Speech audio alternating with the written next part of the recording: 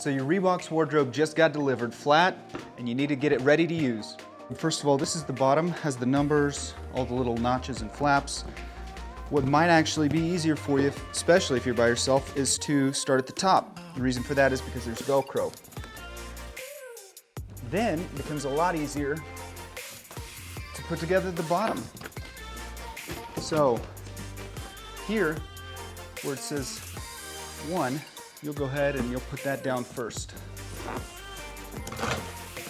Then these flaps that say 2, bring them in. What happens next, number 3, pushes all the way in, and then it's set up. One last bit, the crossbar, and you're ready to go. Hey, one last thing, when you're taking these apart, this is the bottom of the wardrobe.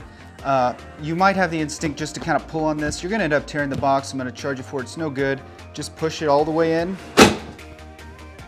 Enjoy your reusable reBOX wardrobe.